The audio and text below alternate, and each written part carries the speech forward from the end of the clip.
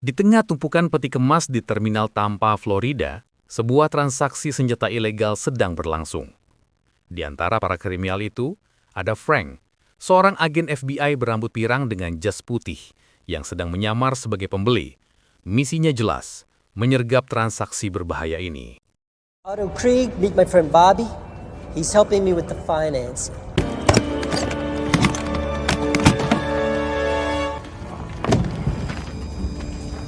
We have a deal?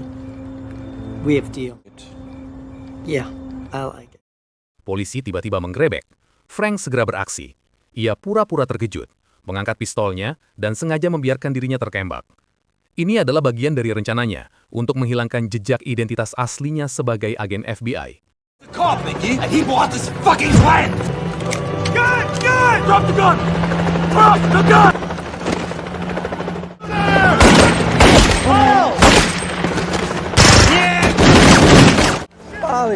Dalam baku tembak yang kacau, salah satu pelaku tewas tertembak oleh kriminal lain. Tragedi ini menjadi awal petaka. Korban tewas itu ternyata putra dari Howard Zinn, seorang mafia yang terkenal kejam dan sangat berbahaya.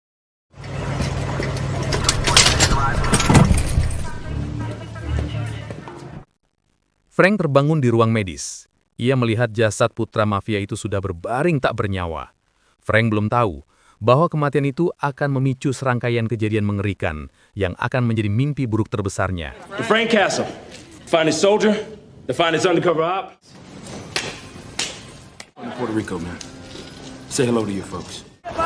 Hey, fellas. Di sisi lain kota, di rumah mewahnya, sang mafia kejam Howard Zinn menerima kabar mengejutkan dari anak buahnya. Putranya tewas dalam transaksi senjata ilegal.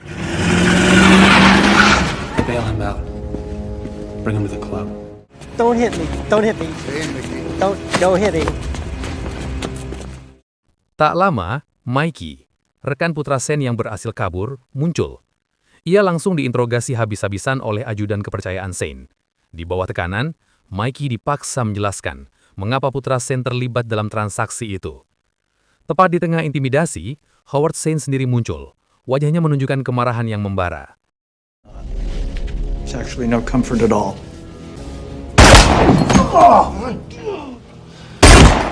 To me is to watch the slow death of the man who was supposed to be taking care of my son.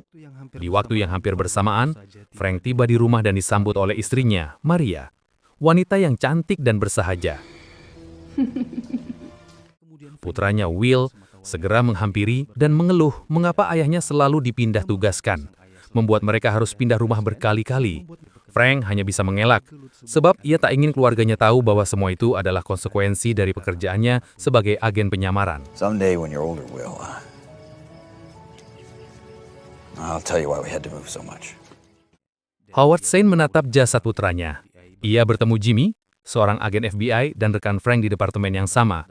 Zinn bertanya siapa saja yang terlibat dalam penyergapan itu.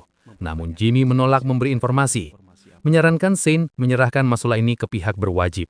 Namun Zinn tidak tinggal diam. Zinn mencari kelemahan Jimmy dan menemukan bahwa dia suka berjudi di kasino miliknya. Dengan memanfaatkan ini, Zinn memaksa Jimmy untuk membuka informasi tentang keterlibatan rekannya dalam kasus tersebut. Jimmy akhirnya mengkhianati rekannya dan memberikan detail tentang Frank.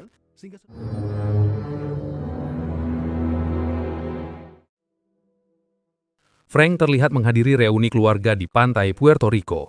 Seluruh keluarga besarnya hadir. Ayah, ibu, semua sepupu, termasuk istri dan putranya. Di tengah kehangatan itu, Will memberikan Frank sebuah kaos bergambar tengkorak. Kaos itu dibeli dari hasil tabungan Will sendiri. Sebuah hadiah ulang tahun terbaik untuk ayah tercinta. Interesting. Like it? Like it. I love it. Di balik keceriaan reuni keluarga Frank, bahaya tak terduga mengintai. Diam-diam, Howard Zinn telah mengirimkan anak buahnya. Mereka mengepung seluruh lokasi tanpa diketahui Frank dan keluarganya, siap untuk melakukan serangan mematikan. Your 1911 Colts. Done something.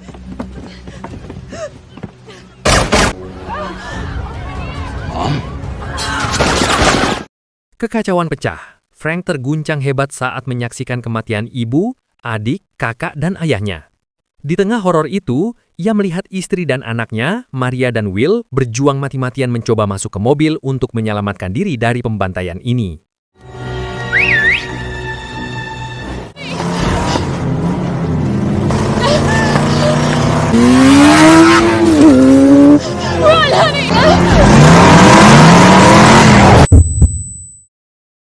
Bagi Frank, semua yang baru saja terjadi adalah mimpi buruk paling mengerikan.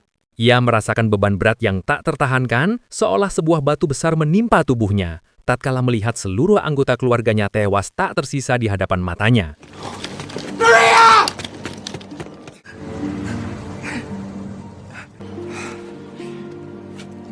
Setelah semua keluarganya tewas, komplotan anak buah Shane menghampiri Frank yang sudah tak berdaya. Tanpa ampun, mereka menembak dan menyiksa Frank membabi buta. Puncaknya, putra tertua Shane sendiri menembakkan satu peluru tepat di dada Frank.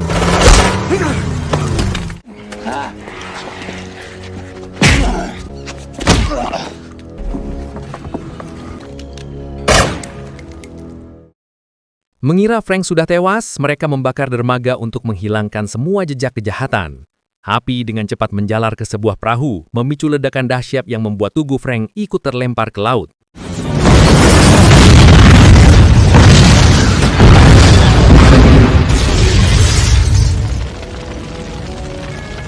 Namun takdir berkata lain, hidup dan mati memang di tangan Tuhan. Bagai sebuah keajaiban, Frank masih diberi kesempatan hidup kedua. Seorang nelayan tanpa sengaja menemukan tubuhnya terdampar di pinggir pantai dan segera memberikan pertolongan. Candelaria, I'll take care of you. Malam itu, di kota yang tak jauh dari lokasi pembantaian, Howard Shane menggelar sebuah pesta. Di luar gedung terlihat Mikey yang kini dipekerjakan Shane sebagai juru parkir, mengawasi para tamu. Polly, you gonna make love to that car? You gonna park it? You look beautiful, Mrs. Little prick. Shane dan istrinya terlihat sangat senang merayakan keberhasilan anak buahnya membantai Frank dan seluruh keluarganya. Mereka tak menyadari, kekejian yang mereka lakukan telah melahirkan kepedihan mendalam dan dendam membara di hati seorang pria yang kini kehilangan segalanya.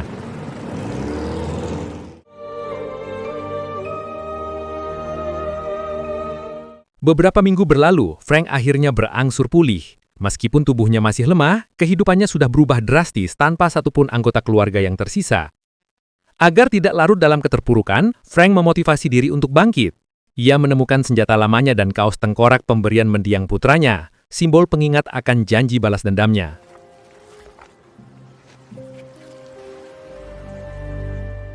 Malam harinya, Frank kembali ke kota. Ia menyewa sebuah apartemen kumuh dan membawa semua senjata yang selama ini ia simpan. Selama seminggu penuh, Frank menyusun rencana dan strategi balas dendamnya dengan sangat matang. Tujuannya jelas, membunuh Howard Shane dan semua orang yang terlibat dalam pembantaian keluarganya.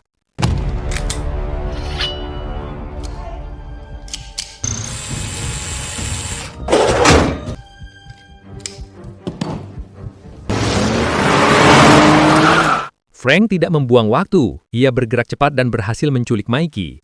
Frank memaksa Mikey untuk memberi informasi tentang kehidupan pribadi Shane, bahkan mengancamnya dengan sepotong es krim yang ia pegang. Mikey yang penakut akhirnya bekerja sama, karena ia sebenarnya sudah lama membenci Shane atas sikap arogan dan sok kuasanya. Mikey pun berjanji siap memberikan bantuan apapun yang dibutuhkan Frank. Tons of cash. They give this first tea time 5 days a week. Money. He likes power, but he's just like him, and she's just as predictable. Sebagai ancaman langsung, Frank menaruh nisan kuburannya sendiri di lapangan golf milik Shane. Hal itu membuat Shane terkejut dan bingung. Tak butuh waktu lama, Frank segera bergegas ke gudang penyimpanan uang Shane. Ia memaksa para pekerja membuang semua uang itu dari atas gedung, sebab ia ingin menghancurkan Shane secara finansial. Wheel the money out the window. What?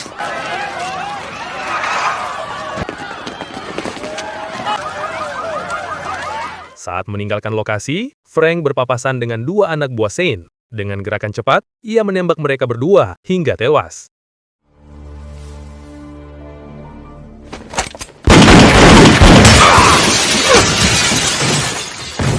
Meskipun balas dendam telah dimulai, Frank tahu hal itu tidak akan pernah mengembalikan orang-orang yang dicintainya.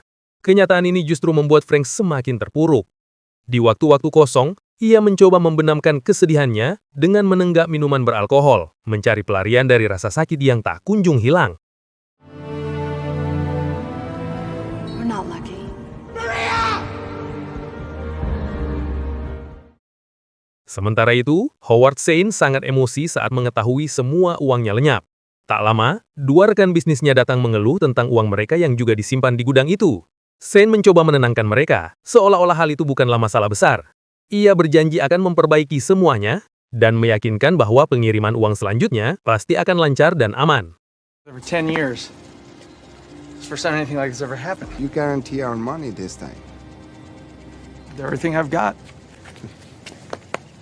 Di waktu yang hampir bersamaan, kejadian tidak menyenangkan terjadi di apartemen Frank. Seorang pria mengamuk, menggedor-gedor pintu salah satu penghuni. Mendengar keributan itu, dua orang tetangga keluar mencoba menghentikan pria tersebut. Namun mereka justru mendapatkan intimidasi dan tak mampu melakukan perlawanan.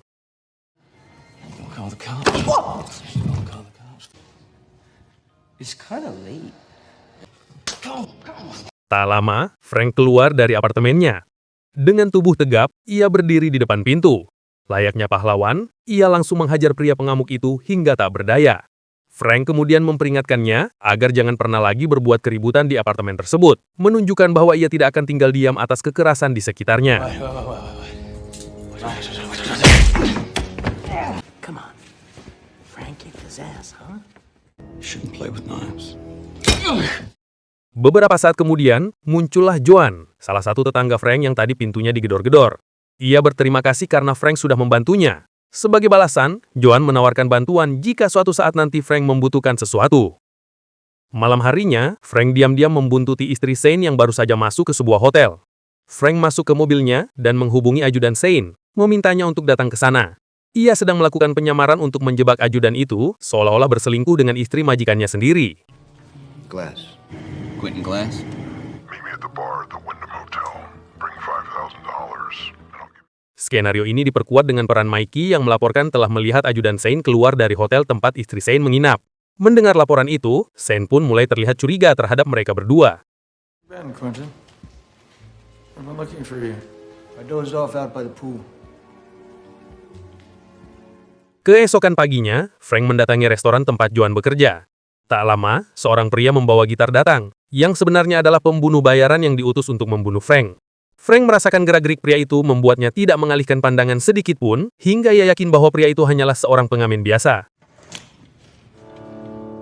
I can hear what you're thinking, and if you look in my... Setelah sarapan, Frank memutuskan untuk segera pulang. Saat sedang menunggu di pintu palang sebuah jembatan, pria bergitar itu tiba-tiba menabrakkan mobilnya ke mobil Frank dengan kecepatan tinggi. Ia kemudian menembak Frank membabi buta, namun berkat mobil yang sudah ia modifikasi, Frank berhasil lolos dan mencoba kabur.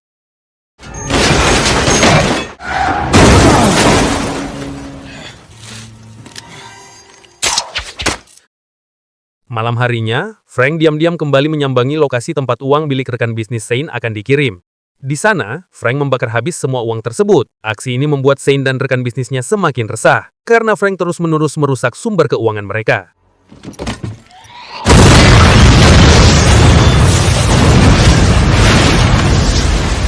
Setelah kembali ke apartemennya, ketiga tetangganya mengundang Frank untuk makan malam bersama. Meskipun Frank masih terlihat kaku dan tertutup, undangan ini menunjukkan bahwa ia resmi diterima sebagai bagian dari keluarga rukun tetangga mereka. Setelah selesai makan, saat Frank hendak masuk ke kamarnya, ia terkejut. Seorang pria bertubuh tinggi besar tiba-tiba menyerangnya.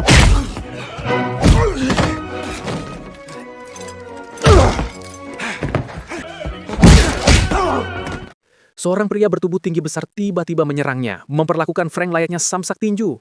Pria itu adalah suruhan dari orang yang beberapa waktu lalu mengganggu John, dan ia datang untuk memberi pelajaran pada Frank. Perkelahian tak terseimbang pun tak terhindarkan. Pria besar itu kebal terhadap pukulan, bahkan tusukan pisau, dan berhasil melemparkan kembali sebuah granat yang hampir saja membunuh Frank.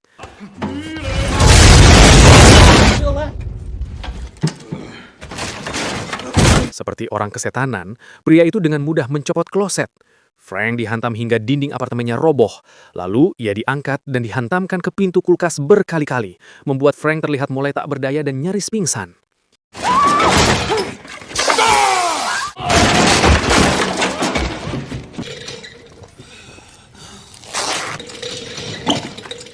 Tepat saat itu, ajudan Saint bersama 3 anak buahnya tiba di lokasi. Tetangga Frank dengan cepat menyembunyikan Frank di bawah lantai bawah tanah. Namun, salah satu tetangga harus merelakan semua tindik di wajahnya dicabut secara paksa. Ia dipaksa untuk memberitahu di mana Frank berada. Well, maybe we should get to know each other a little bit. Hey, Dave. Come on. Hey.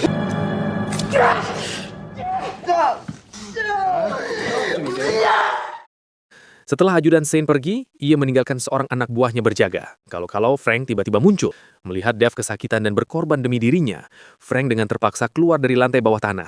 Ia mengambil sebuah golok, mengendap-endap di belakang anak buah yang berjaga, dan dengan gerakan cepat, mengayunkan golok itu ke kepala pria tersebut hingga tewas seketika.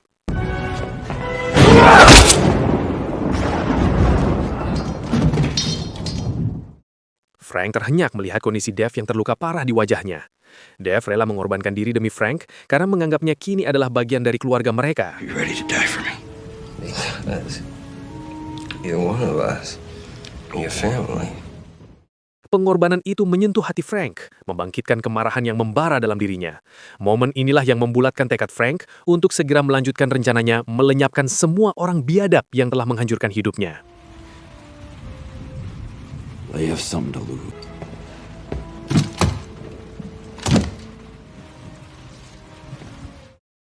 Sementara itu, Saint semakin yakin dengan perselingkuhan istrinya.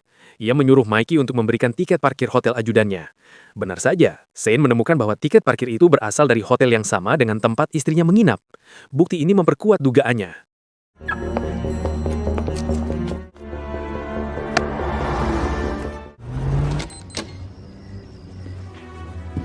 Tak lama kemudian, Saint sudah berada di rumah ajudannya. Sang ajudan terkejut melihat kehadiran Saint di dalam rumahnya. Ia tak sempat mengelak ketika Saint tiba-tiba menikam perutnya berkali-kali. Tanpa mengetahui kesalahannya, ajudan itu pun meregang nyawa, menjadi korban pertama dari balas dendam Saint atas dugaan perselingkuhan.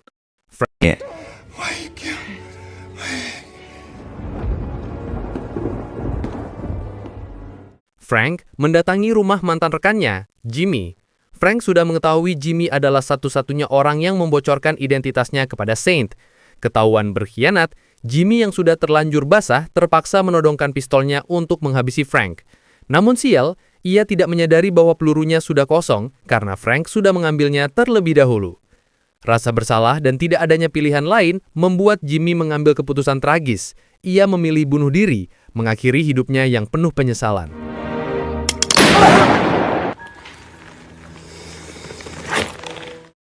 Di waktu yang hampir bersamaan, Saint kembali ke rumah dan menyambut istrinya yang baru tiba. Istrinya terkejut melihat jasad ajudan tergeletak kaku di lantai.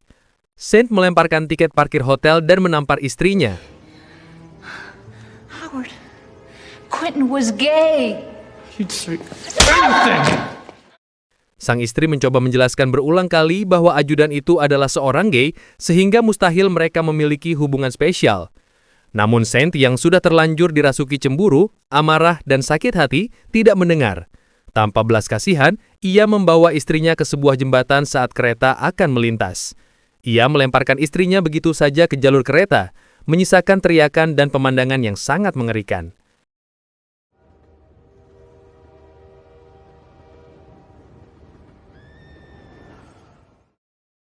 Sementara itu, Frank sudah berada di halaman rumah Howard Saint.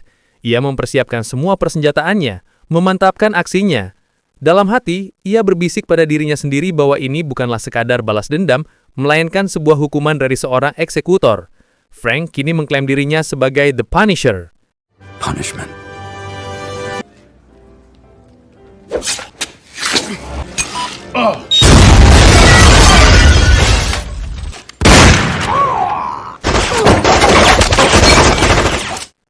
Di dalam rumah, Saint mencoba kabur bersama salah seorang anak buahnya. Saat anak buahnya itu mencoba membuka pintu keluar, ia tidak menyadari bahwa Frank sudah memasang pemicu di pintu tersebut. Tak terduga, putra sulung Saint yang menembak Frank di dermaga ternyata masih hidup dan kini terjebak di reruntuhan bangunan. Melihatnya, Frank mendekat dan meletakkan sebuah bom pemicu di tangan pria itu. Bom itu harus digenggam erat agar tidak meledak, menjadi bentuk penyiksaan mental yang kejam.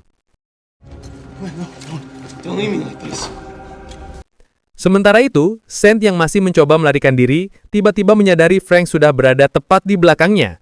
Frank menembak perut Saint, lalu membisikkan sesuatu yang sangat menyakitkan. Made you kill your wife.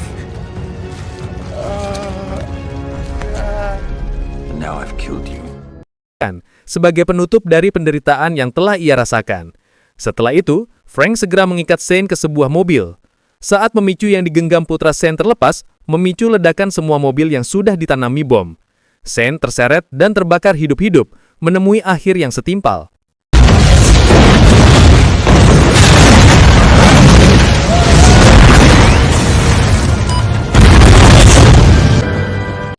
Setelah semuanya selesai, Frank pamit kepada tetangga-tetangganya. Ia meninggalkan sejumlah besar uang untuk mereka, dengan harapan uang itu bisa membantu mereka melanjutkan hidup dan membangun kembali komunitas kecil mereka yang sempat hancur.